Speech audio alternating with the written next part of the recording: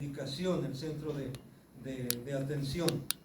Y por eso se recomienda que seamos cuidadosos para que sea Dios quien siempre sobresalga, que sea Dios quien brille, que sea Dios el protagonista, no el hombre, no el héroe bíblico, sino Dios, que es el héroe de héroes, el poderoso, el Shabaoth, Jehová de los ejércitos, ¿verdad? Es su nombre. Y por eso, en esta ocasión voy a abordar la biografía o la vida de José. Yo sé que usted sabe que también se han hecho incluso hasta películas, ya sea de Hollywood o de dibujos animados, de José el soñador, de José el príncipe, ¿verdad? El príncipe de Egipto, por ejemplo, ¿verdad? Y otros títulos por ahí. Y siempre en ellos pues se trata de presentar a José como el héroe. Pero en esta ocasión, hermanos, vamos a abordar la vida de José, pero desde la perspectiva de José como un tipo de Cristo, como una figura, como una sombra de Cristo. En este caso vendría siendo o considerado como un tipo de Cristo. Y por eso vamos a poner énfasis en algunos aspectos de la vida de José. En ese sentido también hay que tener cuidado porque hay lo que se le denomina el método de interpretación alegórico. ¿Cuál es el método de interpretación alegórico? Pues que en todo quieren encontrar un doble sentido, una doble enseñanza. No solamente lo que es obvio en el texto, sino algo más profundo, dicen ellos. Pero en este caso, hermanos, no tenemos que recurrir tanto al método de interpretación alegórico, sino más bien de comparar cómo en la vida de José ya se están manifestando muchas cosas que más tarde se manifestaron en la vida de Cristo, en la vida de Jesús. Así es que voy a pedir que tengan a la mano su boletín, porque ahí viene el bosquejo, como cada 8 días tenemos el bosquejo ahí en el boletín. Y vamos a ver, en primer lugar, ahí en Génesis 37, que viene la historia bíblica, la narración bíblica. Voy a dar lectura a todo bueno, no a todo, sino del versículo 1 al 28. Génesis 37, del 1 al 28. Y voy a bajarme un poquito, voy a quitar esto de aquí abajo. Y bien, voy a leer entonces, dije, del versículo 1 al 28. Dice así la narración bíblica. Habitó Jacob en la tierra donde había morado su padre, en la tierra de Canaán. Esta es la historia de la familia de Jacob. José, siendo de edad de 17 años, apacentaba las ovejas con sus hermanos, y el joven estaba con los hijos de Bilha y con los hijos de Silpa, mujeres de su padre, e informaba José a su padre la mala fama de ellos.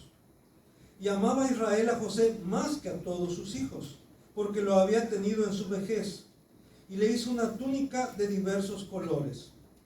Y viendo sus hermanos que su padre lo amaba más que a todos sus hermanos, le aborrecían y no podían hablarle pacíficamente.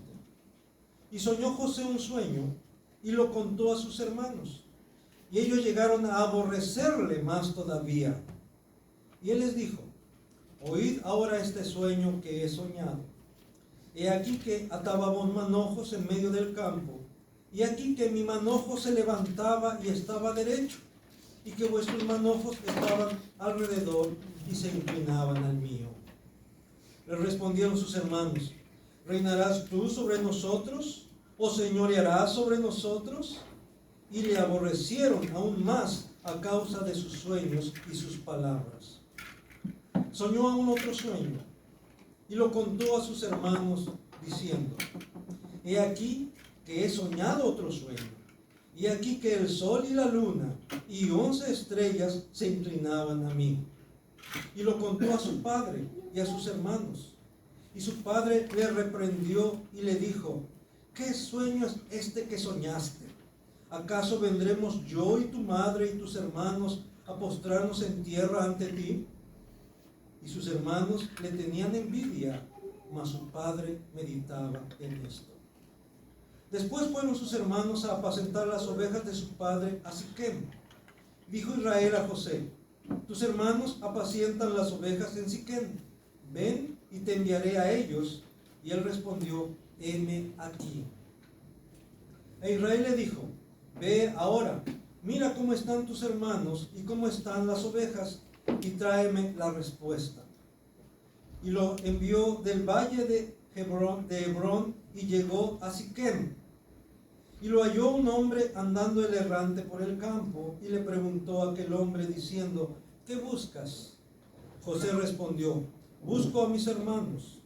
Te ruego que me muestres dónde están apacentando. Aquel hombre respondió: ya se han ido de aquí. Y yo les oí decir: vamos a Dotán. Entonces José fue tras de sus hermanos y los halló en Dotán. Cuando ellos lo vieron de lejos, antes que llegara cerca de ellos, conspiraron contra él para matarle. Y dijeron el uno al otro: he aquí viene el soñador. Ahora pues, venid y matémosle, y echémosle en una cisterna, y diremos: alguna mala bestia lo devoró, y veremos qué será de sus sueños.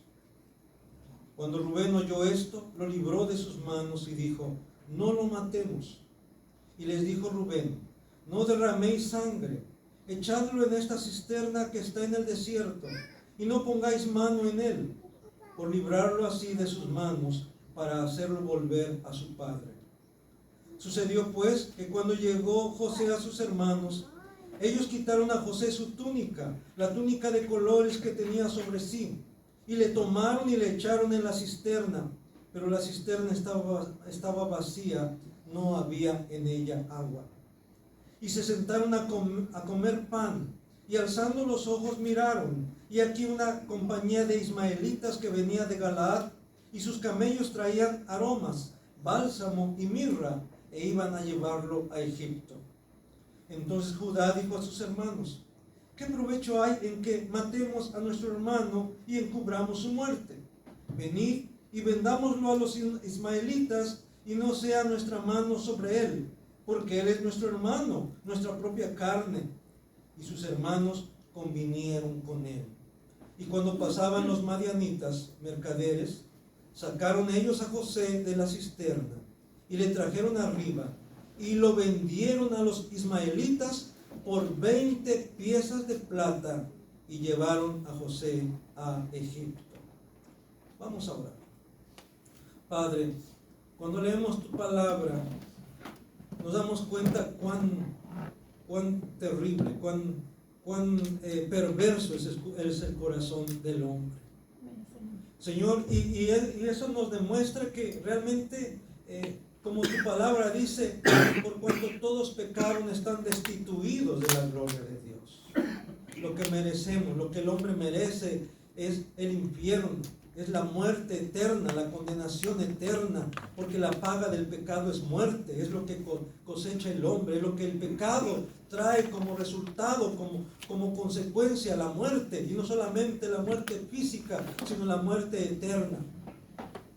Pero ahí mismo dice en tu palabra, Señor, que la dádiva de Dios, la paga del pecado es muerte, sí, pero la dádiva de Dios, el regalo de Dios, la bendición de Dios es vida eterna en Cristo Jesús, Señor nuestro.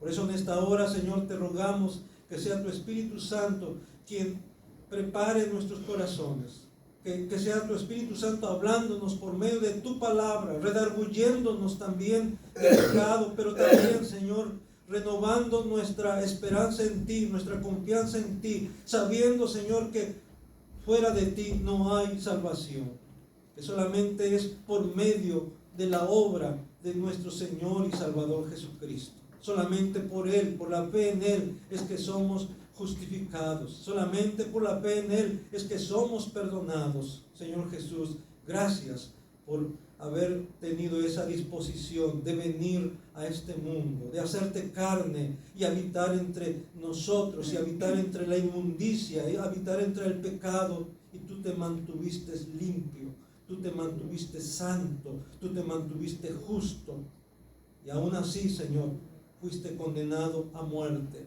no por tus propios pecados, sino por nuestros pecados, porque no se halló maldad en ti, Señor, ni hubo engaño en tu boca, pero tú llevaste todos nuestros pecados sobre tu cuerpo en el madero, y de esa manera, Señor, obtuviste para nosotros salvación y vida eterna, y por ello te bendecimos y te alabamos, y no nos cansamos de agradecerte todo lo que tú has hecho a nuestro favor.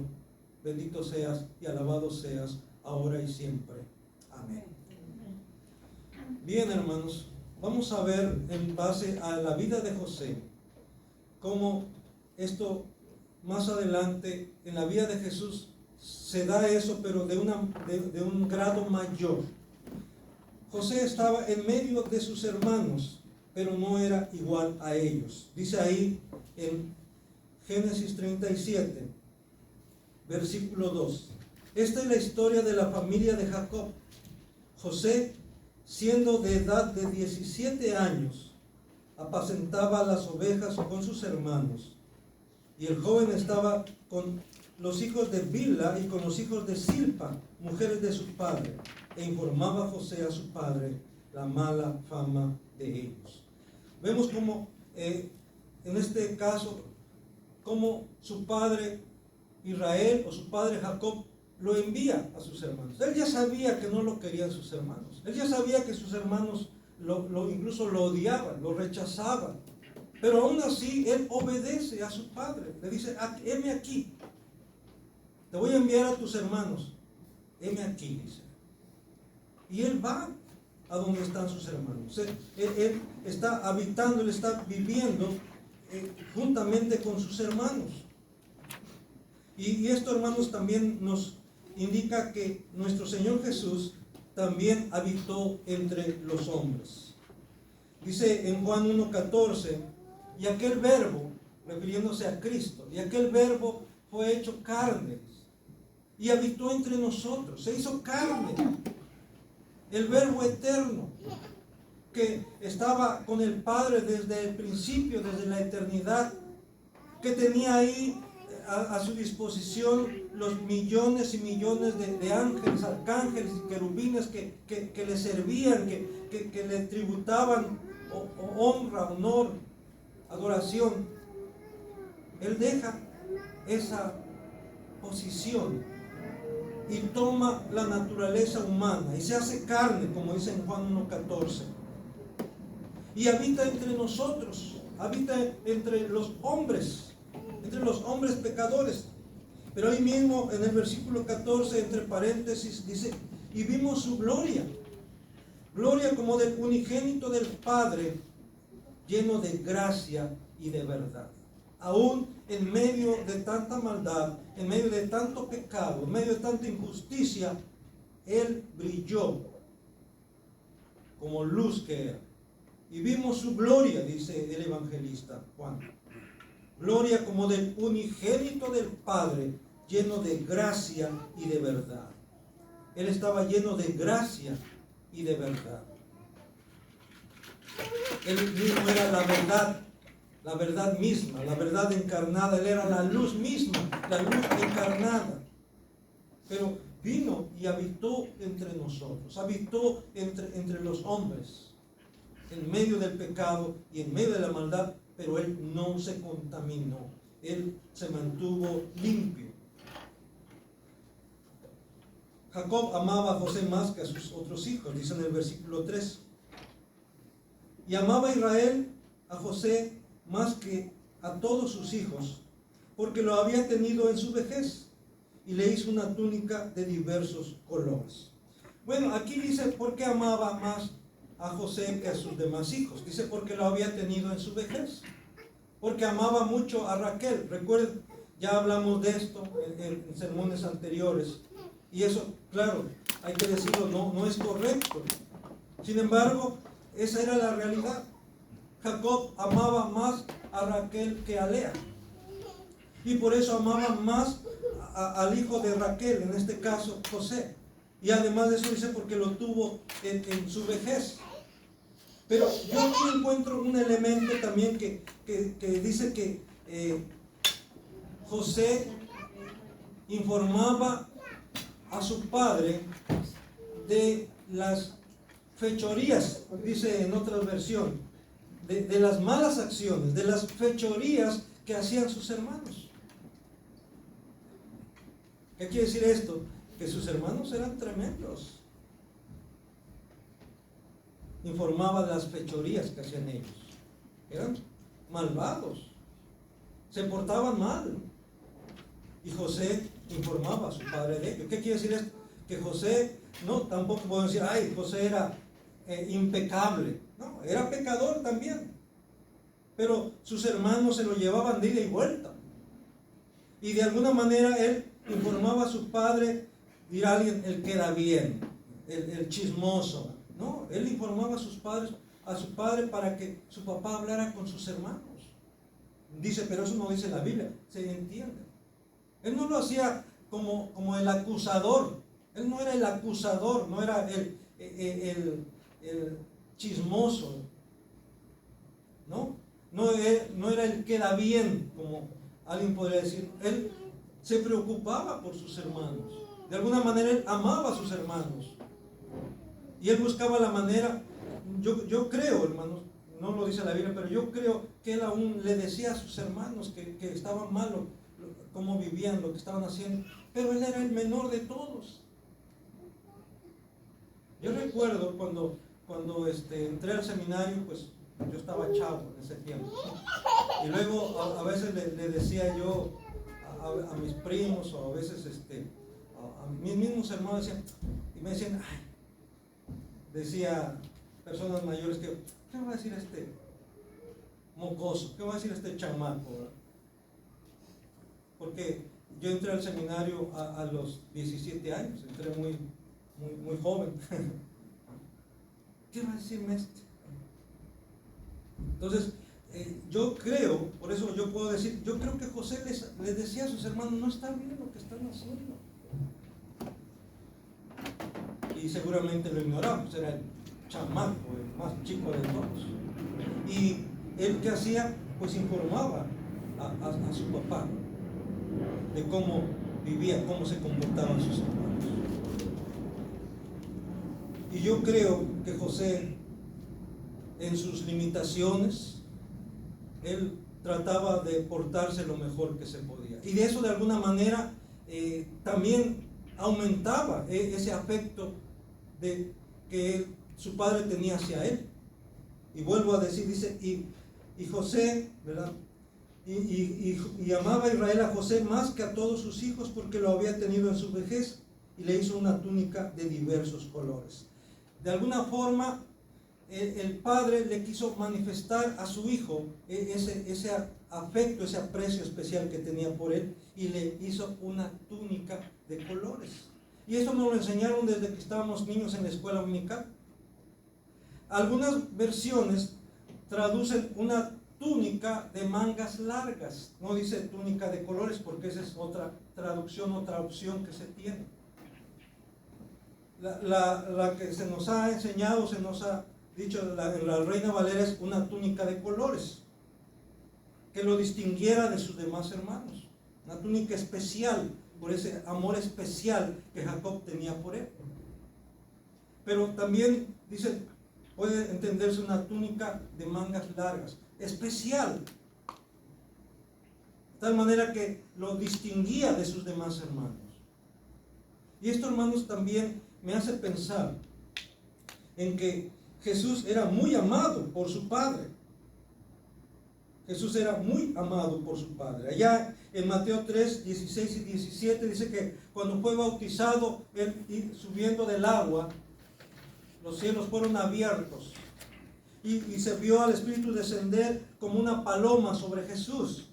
Y también se escuchó una voz desde el cielo que decía, este es mi hijo amado, en el cual tengo complacencia, en el cual me complazco, dice el padre de su hijo. Entonces Jesús era muy amado de su padre. Él lo sabía. Él lo sabía. Y en ocasiones en que se dirigió a su padre, expresaba esa convicción que él tenía acerca de su padre, cuánto le amaba a su padre, pero también él cuánto amaba a su padre. Es un amor correspondido. Y esto, hermanos, también nos debe hacer pensar a nosotros cuánto nos ama nuestro Padre Celestial, cuánto te ama. Dice Juan en su primera carta, en el capítulo 3, dice, mirad cuál amor nos ha dado el Padre. Mirad cuál amor, cuánto amor. Cómo nos ha amado el Padre,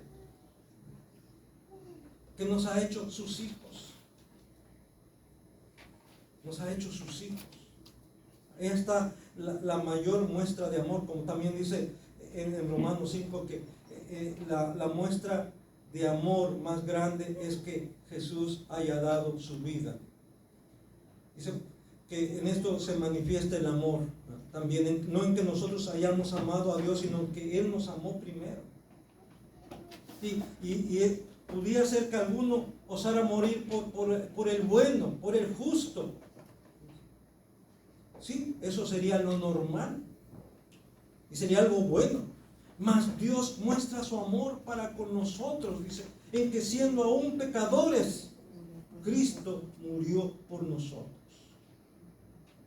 Él nos amó no porque éramos buenos, Él nos amó a pesar de ser malos, a pesar de ser pecadores. En eso se manifiesta el amor, la grandeza del amor de Dios, en que siendo aún pecadores, Cristo murió por nosotros. Ahí está el grande amor de Cristo también, dando su vida por nosotros. Pero la pregunta es, ¿y nosotros cuánto amamos a Dios? Dios ya demostró cuánto nos ama, y lo hizo de manera concreta, de manera real, dándonos a su propio Hijo, a su muy amado Hijo. Ahora la pregunta es, ¿cómo le demuestro yo a Dios cuánto le amo?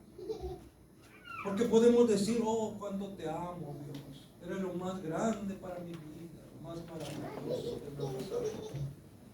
Pero ¿qué hacemos? ¿Cómo se lo demostramos? En obediencia. Dios quiere que se lo demostremos en obediencia. Si me amas, dice el Señor, guardad mis mandamientos. Si me amas, guarda mis mandamientos. Porque me dicen, Señor, Señor, dice, y no hacen lo que yo les digo, no hacen lo que yo les mando. Entonces la mejor manera de manifestar nuestro amor al Padre y de manifestar nuestro amor a Cristo es obedeciendo, guardando su palabra, obedeciendo su palabra, guardando sus mandamientos. Jesús era muy amado por su Padre. También cuando le llevó a sus discípulos, a Pedro y a Jacobo, a Juan, a ese monte en donde se transfiguró, dice que una nube resplandeciente los cubrió y ahí Jesús, sus vestiduras resplandecieron, su cuerpo, su rostro resplandeció, y junto a él aparecieron Moisés y Elías hablando con él. Y nuevamente se oye esa voz del cielo, esa voz del Padre diciendo, este es mi Hijo amado, en el cual tengo complacencia, a él oíd. El Padre dando testimonio de cuánto amaba a su Hijo. Y aquí vemos cómo Jacob o Israel también da testimonio de cuánto ama a su hijo José. ¿Y qué hace?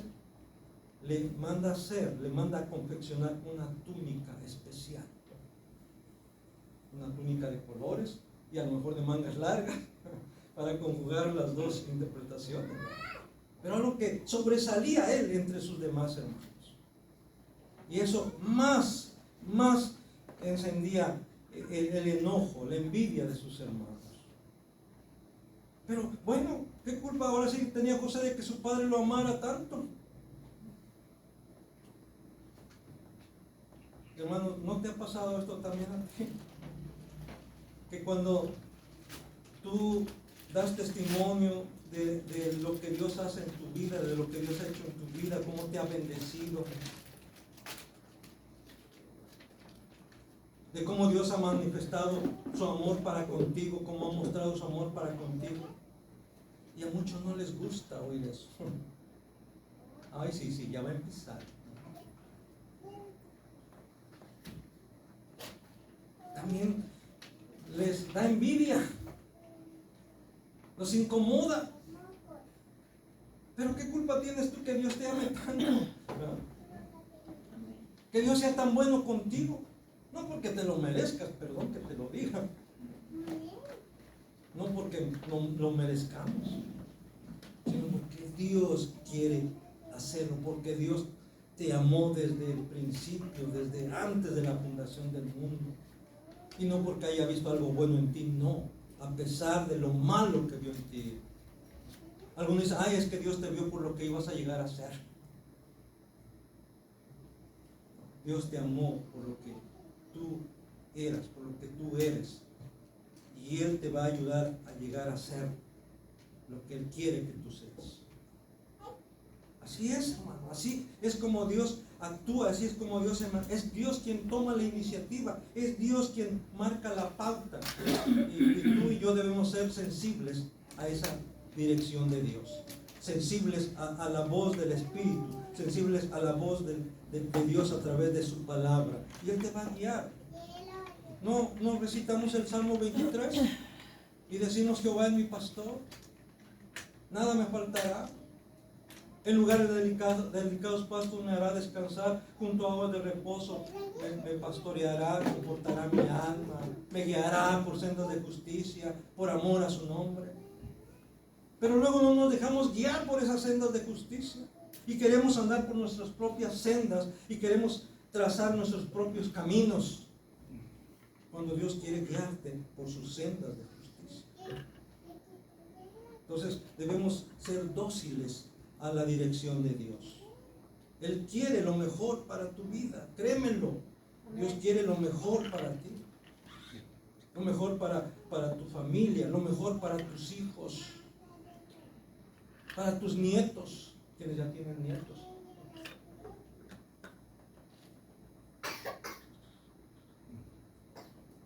Jesús era muy amado por su Padre. Y quiero que sepas, hermano, hermana, tú también eres muy amado por nuestro Padre Celestial. José era abiertamente aborrecido por sus hermanos. Versículo 4. Y viendo sus hermanos que su padre lo amaba más que a todos sus hermanos, le aborrecían y no podían hablarle pacíficamente. O sea, no le podían hablar bien. Puras palabras de desprecio. Puras palabras ofensivas. Qué tremendo es, hermanos, escuchar a personas que de 5 palabras que hablan 3 malas palabras. Alvarado, Veracruz tiene mala fama de ello. Pero no crean, no solamente es en Veracruz, es en Guerrero, es en Tabasco, es en Tamaulipas, es en Tijuana, Baja California, donde hay gente muy mal hablada. Decía yo, una vez me subí a un taxi y ahí se subió un señor y su esposa y llevaba como 5 hijos. Y a puro perro, tu perro, a sus hijos llamándoles perros.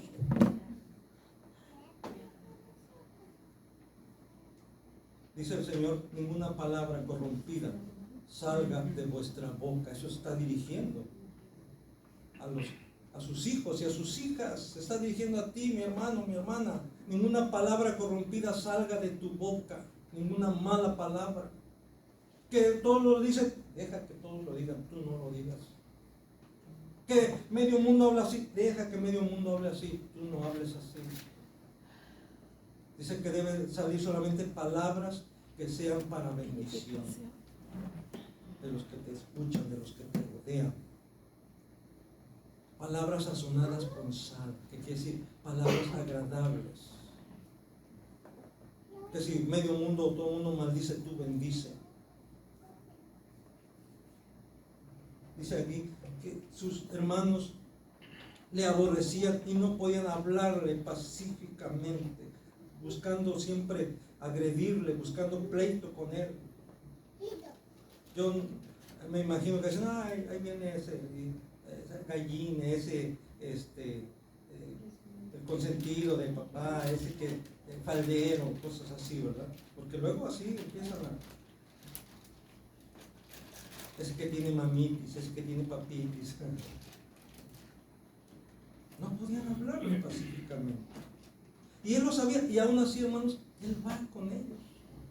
Él les lleva de comer, les lleva provisiones, porque su papá los mandó. Y dice, heme aquí, vean esa disposición, heme aquí. ¿Usted en esas condiciones lo haría? Sabiendo que sus hermanos incluso hasta le quieren dar cuello. Yo lo pensaría 2 veces. Pero José dice, heme aquí, papá, envíame. Jesús también fue rechazado por sus hermanos de raza. En Juan 1:11 dice, a lo suyo vino, ¿qué? Y los suyos no le recibieron, a lo suyo vino a su pueblo, vino a lo que era de él. ¿Y qué pasó? Y los suyos no le recibieron. Más adelante dice, mas a todos los que le recibieron, a los que creen en su nombre, les dio potestad de ser hechos hijos de Dios.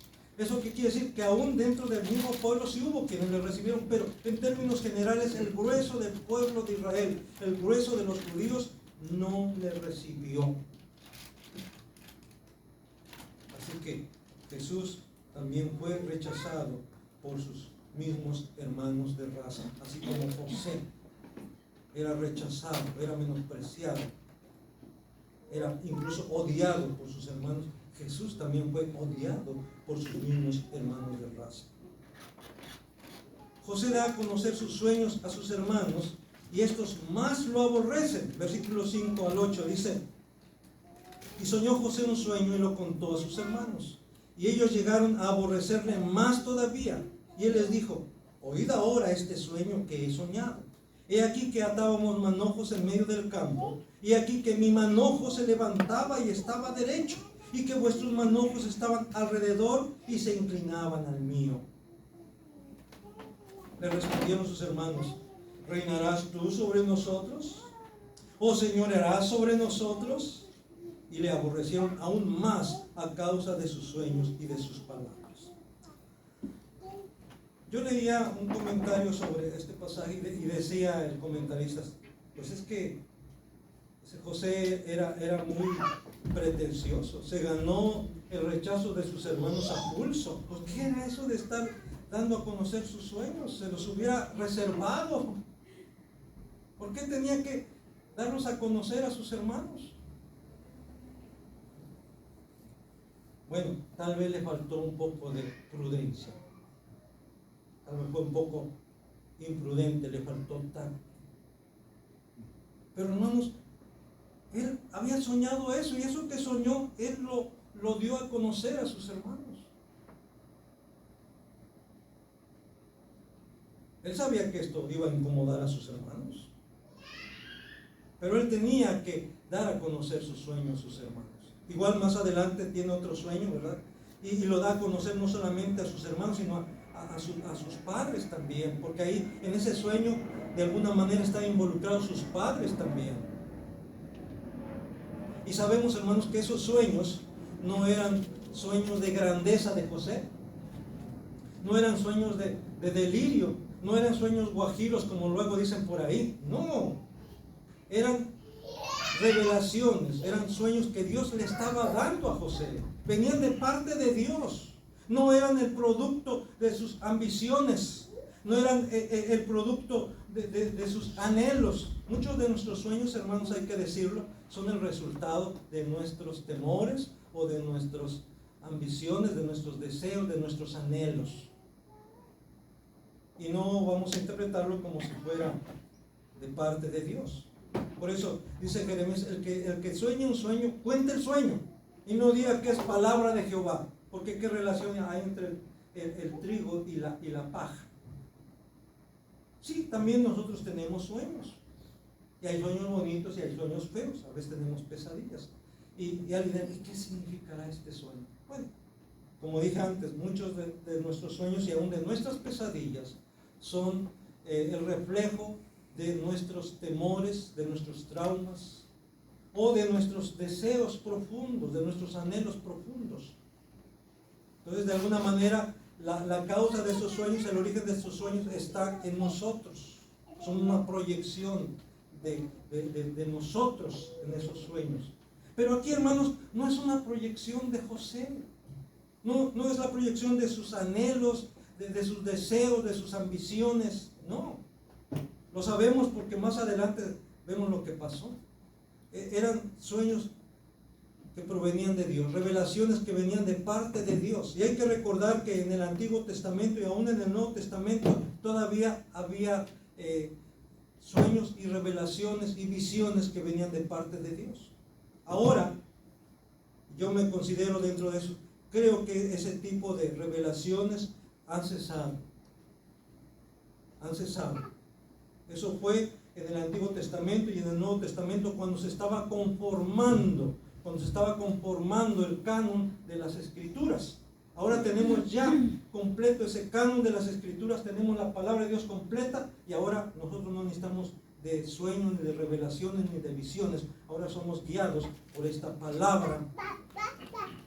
Esta palabra es el instrumento del Espíritu de Dios, es el instrumento de Dios mismo y por medio de ella nos habla, nos guía.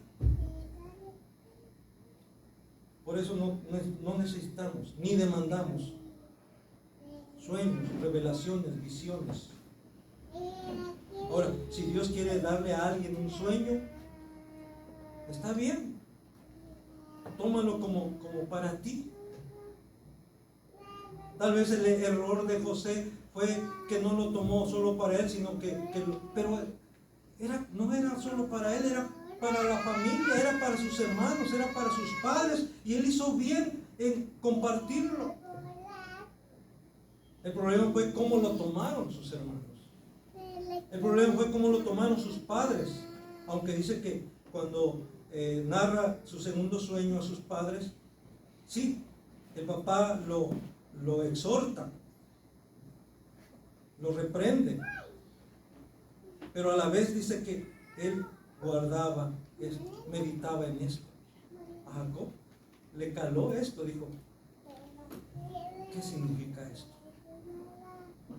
Un día va a llegar en que yo y Raquel y que mis demás hijos vamos a ser siervos de José. Estaba él meditando en esto, reflexionando en esto. Entonces José da a conocer sus sueños a sus hermanos y estos más lo aborrecen. Jesús también fue aborrecido, odiado por sus acciones y sus palabras de parte de sus hermanos. Vamos a buscar en Juan capítulo 8. Evangelio según San Juan capítulo 8. Versículo 23 al 29. Dice así San Juan capítulo 8, versículo 23 al 29. Y les dijo, vosotros sois de abajo. Está hablando aquí a los judíos que no querían creer en él, que solamente estaban buscando la ocasión para prenderle en algo, en algún error, para juzgarle y condenarle. Se dirige a ellos aquí en Juan 8, del versículo, bueno, ya desde antes, pero voy a leer del versículo 23 al 29. Y les dijo, vosotros sois de abajo, yo soy de arriba. Vosotros sois de este mundo, yo no soy de este mundo. Por eso os dije que moriréis en vuestros pecados, porque si no creéis que yo soy, en vuestros pecados moriréis. Entonces le dijeron: ¿tú quién eres? Entonces Jesús les dijo: lo que desde el principio os he dicho. Muchas cosas tengo que decir y juzgar de vosotros, pero el que me envió es verdadero, y yo lo que he oído de él, esto hablo al mundo. Pero no entendieron que les hablaba del Padre. Les dijo pues Jesús: cuando hayáis levantado al Hijo del Hombre, entonces conoceréis que yo soy, y que nada hago por mí mismo, sino que según me enseñó el Padre, así hablo. Porque el que me envió conmigo está. No me ha dejado solo el Padre, porque yo hago siempre lo que le agrada.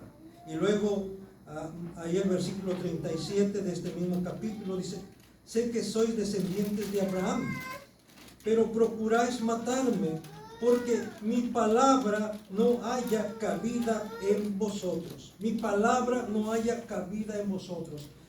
Esos judíos no toleraban las palabras de Jesús. No toleraban las declaraciones de Jesús. Incluso ustedes saben que lo acusaron de blasfemia porque se hacía igual a Dios, llamándose a sí mismo hijo de Dios. Se hacía igual a Dios. Y aparte de eso, no toleraban que Él les señalara sus pecados, sus errores. Y por eso, mientras más les mostraba sus errores, su maldad, más lo odiaban. Y eso se pone de manifiesto en el capítulo 10, versículo 24 al 39 de Juan. Juan 10, versículo 24 al 39. Dice así: y le rodearon los judíos y le dijeron: ¿hasta cuándo nos turbarás el alma? Si tú eres el Cristo, dínoslo abiertamente. Jesús les respondió: os lo he dicho y no creéis. Las obras que yo hago en nombre de mi Padre, ellas dan testimonio de mí. Pero vosotros no creéis, porque no sois de mis ovejas, como os lo he dicho. Mis ovejas oyen mi voz y yo las conozco y me siguen. Y yo les doy vida eterna, y no perecerán jamás, ni nadie las arrebatará de mi mano. Mi Padre que me las dio es mayor que todos, y nadie las puede arrebatar de la mano de mi Padre. Yo y el Padre uno somos. Entonces los judíos volvieron a tomar piedras para apedrearle. Jesús les respondió: muchas buenas obras os he mostrado de mi Padre, ¿por cuál de ellas me apedreáis? Le respondieron los judíos diciendo: por buena obra no te apedreamos, sino por la blasfemia, porque tú siendo hombre te haces Dios. Jesús les respondió: ¿no está escrito en vuestra ley, yo dije, dioses sois? Si llamó dioses a aquellos a quienes vino la palabra de Dios, y la escritura no puede ser quebrantada. Al que el Padre santificó y envió al mundo, vosotros decís: tú blasfemas, porque dije, hijo de Dios soy. Si no hago las obras de mi Padre, no me creáis. Mas si las hago, aunque no me creáis a mí, creed a las obras, para que conozcáis y creáis que el Padre está en mí y yo en el Padre. Procuraron otra vez prenderle, pero él se escapó de sus manos. ¿Se dan cuenta? Cómo Jesús estaba declarando la voluntad de su Padre, hablando las palabras de su Padre. ¿Y cuál era la reacción de ellos? Dice que le aborrecían, le odiaban, aún procuraban matarle, querían prenderle para matarle. José también era aborrecido por sus hermanos, por sus palabras, por sus declaraciones que estaba haciendo, sus revelaciones que estaba haciendo acerca de sus sueños. Pero yo creo, hermano, que también lo odiaban por su conducta, porque no podían tolerar que aquel chamaco, su hermano, no fuera igual que ellos. Los mayores eran iguales. Había cierta diferencia, ¿verdad? Porque se dan cuenta que todos pensaban matar, y Rubén dijo: no vamos a derramar. Después Judá dice, mejor vamos a venderlo. Judá, imagínense, de donde después vino el Mesías. Dijo, no, mejor vamos a venderlo. Porque ¿de qué aprovecha si lo matamos? Así como diciendo, aquí sacamos algo de beneficio, ¿no? Y así lo hicieron. Entonces, vemos que Jesús no halló cabida entre sus hermanos de raza, entre sus hermanos judíos. Fue rechazado, lo suyo vino y los suyos no le recibieron. José fue vendido por sus mismos hermanos. Volviendo otra vez a Génesis capítulo 37, vamos a regresar al Antiguo Testamento, ahora a Génesis capítulo 37, versículo 25 al 28. Dice Génesis 37, 25 al 28.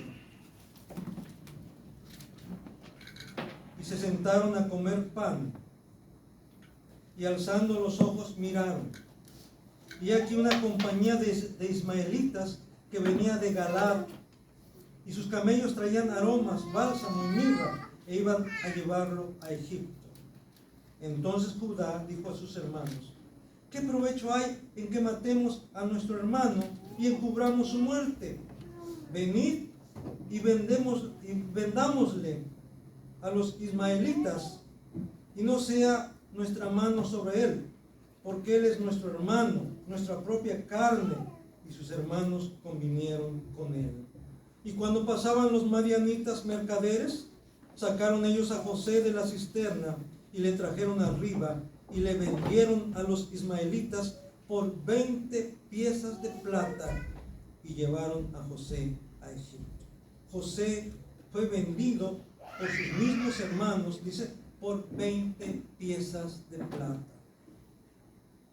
Jesús también fue enviado por Dios para salvación y vida eterna. Y Jesús también fue vendido, en este caso también, por sus mismos discípulos. Ahí en Mateo 26, 14 al 25, ahí viene como Judas Iscariote hizo un convenio con los principales sacerdotes. Judas sabía que ellos querían prender a Jesús para matar. Y buscaban la oportunidad. Y Judas sabía cuáles eran las intenciones de los principales sacerdotes, de los escribas, de los fariseos, de los saduceos, porque hasta eso se unieron ellos. Entre ellos no se llevaban bien. Entre escribas, entre fariseos y saduceos no se llevaban bien. Fariseos y herodianos no se llevaban bien. Pero cuando se trataba de ir en contra de Jesús, se unieron, se confabularon. Así pasa. Cuando quieren ir sobre alguien que es justo, la gente se une. Los malvados se unen. Y aquí vemos cómo dice que Judas fue con los principales sacerdotes y les dijo, ¿quieren? Yo se los puedo entregar. ¿Cuánto me dan? Y yo se los entrego. Judas había andado con Jesús desde el principio, cuando él llamó a sus discípulos, él llamó a Judas también. Él sabía en dónde se movía Jesús, él sabía a dónde iba a estar Jesús en aquella noche. Dijo, ¿cuánto me dan? Y yo se los entrego. Y ellos le asignaron, ¿cuánto? 30 piezas de plata. ¿Y saben? 10 más. Eso era lo que costaba un esclavo. En el Antiguo Testamento ya había esas 30 piezas de plata que se pagaban cuando un buey acorneador mataba y se le avisaba al dueño y no hacía caso, tenía que pagar, tenía que redimir por 30 piezas de plata. ¿Cuánto Judas valoró por cuanto esos principales sacerdotes valoraron a Jesús. 30 piezas de plata, precio de un esclavo. Y aquí vemos, hermanos, que en ese tiempo era lo que costaba también un esclavo. Estamos hablando de 1500 años antes de Cristo. 20 piezas de plata, precio de un esclavo. Así fue como José fue vendido por sus hermanos por precio de esclavo. Y así fue vendido Cristo por uno de sus discípulos, por Judas Iscariote, por precio de esclavo. José fue enviado por Dios a Egipto para preservar la vida a su pueblo. Y eso lo sabemos porque él mismo lo declara. Perdón, vamos a saltarnos varios capítulos de Génesis y vamos a ir hasta el capítulo 45. Génesis 45, versículo 4 al 8. Ahí dice que José se da a conocer a sus hermanos. Y dice el versículo 5, bueno, desde el 4 al 8 dice: entonces dijo José a sus hermanos: acercaos a mí. Y ellos se acercaron y él les dijo: yo soy José vuestro hermano, el que vendisteis para Egipto. Ahora pues, no os entristezcáis ni os pese de haberme vendido acá, porque para preservación de vida me envió Dios delante de vosotros.